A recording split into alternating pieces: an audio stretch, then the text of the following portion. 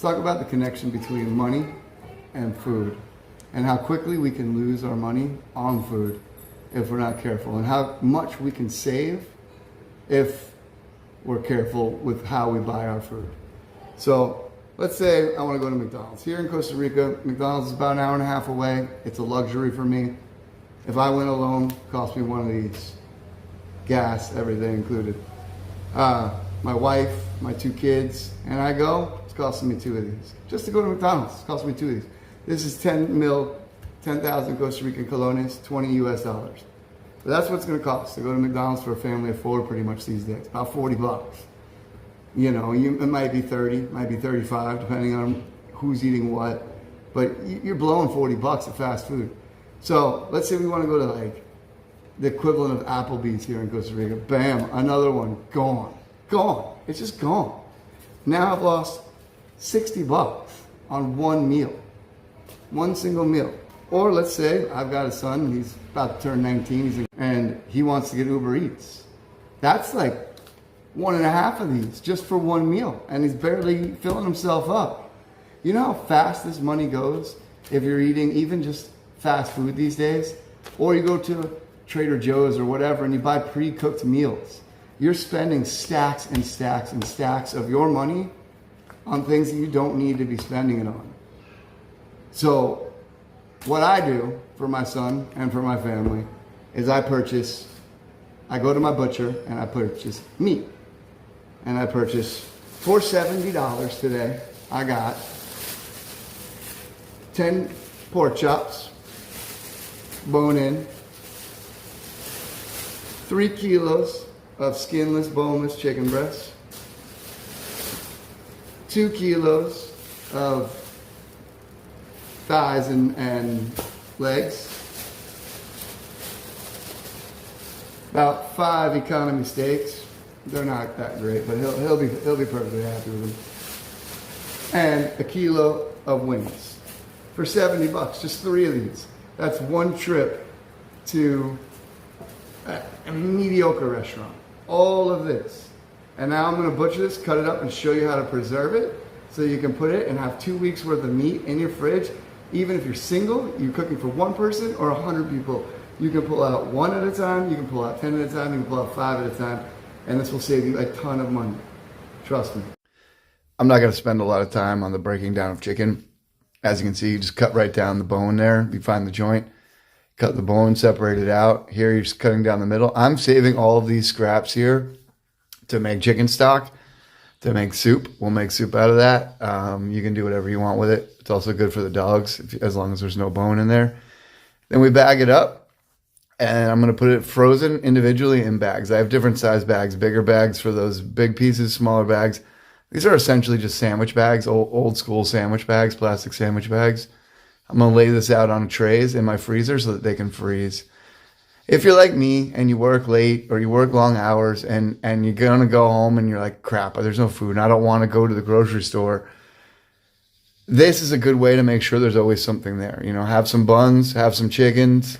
You can have a chicken sandwich. You don't need to go to Chick-fil-A. You can go and just make your own when you get home and save yourself, you know, 10 bucks, 15 bucks. Here I'm just taking these wings, throwing some random barbecue sauce and a whole bunch of sriracha in. I'm going to cook these off until about 160 degrees, par cooked. Later, when I eat them, because I'm going to freeze them, when I eat them, I'm going to throw them in the air fryer at 450 and get them crispy and delicious. But for now, we're just going to cook them up, get them to 160, and then bag them and freeze them. Okay, these wings are done. They're about 160 degrees internal. As you can see, there's no real color on them. They're going to continue to marinate. I'm going to put them about 3 of each wing in one of these bags, tie it up and freeze it.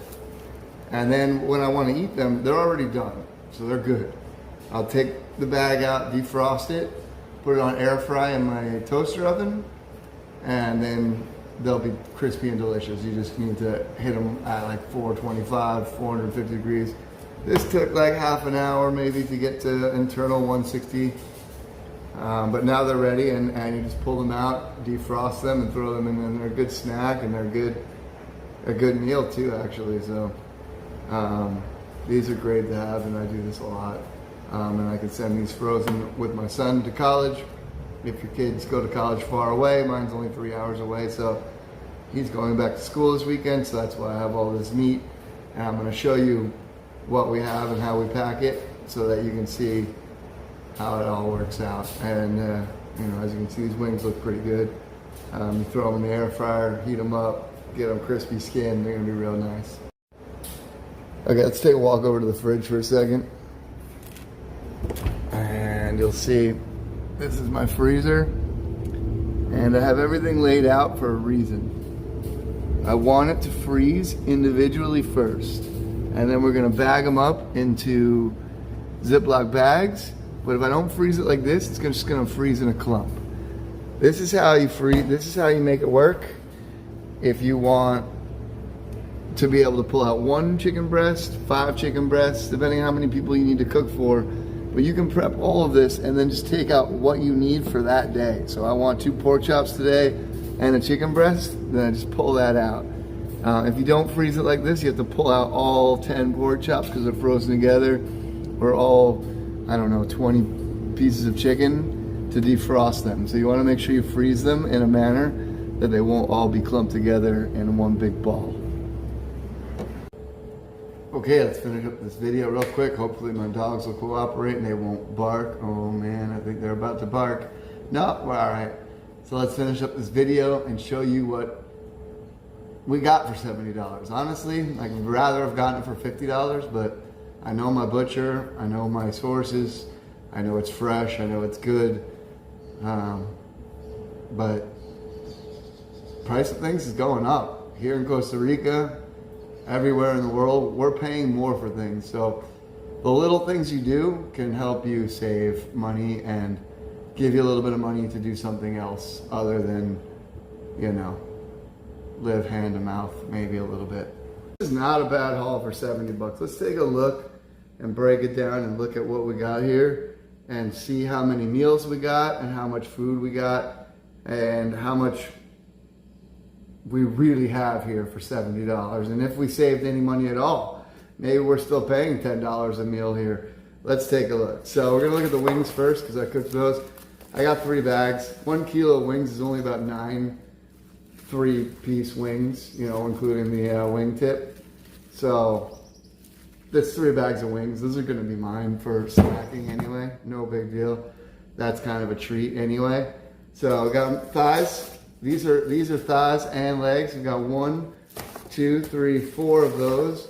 Each one of these will feed at least one person a nice full dinner meal. At least. Maybe 2 people. My 3-year-old and my wife could probably split one of these, and these are pretty big. All right, chicken breast. We got 1, 2, 3, 4, 5, 6, 7, 8, 9, 10, 11, 12, 13, 14, 15, 16, 17. About 18 chicken breasts here. And as you can see, they're all individually wrapped. So you put them into these bags. We're going to take it. We're going to fill these bags up. Some are going to go with my son to college tomorrow. And we're just going to put these bags so we have space in the freezer. Sometimes I use Ziploc, but Ziploc can be a little pricey, so we're using these. And then let's say you're cooking for 1 person. Boom, you go in the freezer, you pull out 1 chicken breast or 2. We'll make a chicken sandwich. Or you're cooking for 5 people. You want to make some thighs and some breasts. Boom, you got it. You're taking out the portion you need and nothing more. That way you're not defrosting a pound of chicken to eat a half a pound and rot the other half a pound. And that's really the key to all of this. And then you have what you need for the moment. So you're not wasting food. Oh, I'm going to pull out this package of chicken I got at the grocery store. It's 4 legs and thighs, but there's only 2 of us. But I got to defrost the whole thing to get 2 legs and thighs out. That's inefficient, and if you refreeze it, you're going to lose some integrity of the meat, and you're going to raise the chances of getting sick. And if you don't refreeze it and don't eat it, you're going to end up throwing it out and finding something really stinky in your fridge. So as you can see, about 18 chicken breasts. These are not huge portions, but this is a great chicken sandwich size. This is a great lunch size. You make this with a salad, some roasted potatoes. You've got a full meal. I think my next couple of videos, even though I've got a big rib coming tomorrow, I'm not going to do pork for a little while. I think my next video is going to be how to use these things and make full meals out of them at a reasonable price and a reasonable rate. So look out for that in the next couple of videos.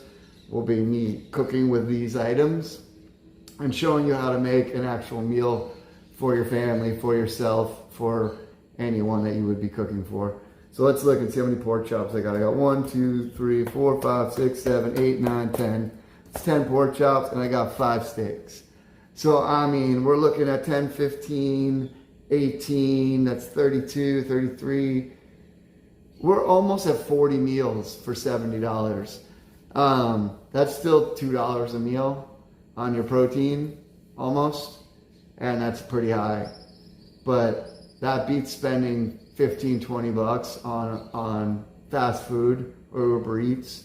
It beats pulling out too much meat and losing, $10 worth of chicken because you only needed $2 worth of chicken. Just a little bit of preparation, a little bit of organization will help you go a long way in just saving food. And also it'll encourage you to just cook more at home. Making your own food is better for you, and it's a better experience. And I'm going to show you how to use these to make easy meals at home. And hopefully that this will be helpful for you. And as you can see, I got a pretty good haul for what I paid, and I'm pretty happy. Thank you for watching to the end of the video. I really appreciate everybody who likes and subs. Noticed a lot of my subscribers didn't watch my bacon wrapped pork loin video. You should watch it. It's really, really good. I am going to focus in the next couple of videos on more affordable, more reasonable, more quick and easy meals that you can make for yourself and your family and really enjoy them and impress people and have a nice meal without breaking the bank and without having to go out to dinner. This is a nice way to treat your spouse to something nice, cook them a nice dinner, and not spend $200, $300 on dinner. And you can still make them happy. So that's what my goal is going to be in the next couple of videos. I have a large rack of ribs coming in tomorrow, fresh off of a pig that's getting killed tomorrow. So I'll probably make a video about that, but I'll save that for a little while. If you like and subscribe, I appreciate that. If I get up to 500 subscribers, I'm going to do a live video, and I think it's going to be a speed run chocolate chip cookie cook.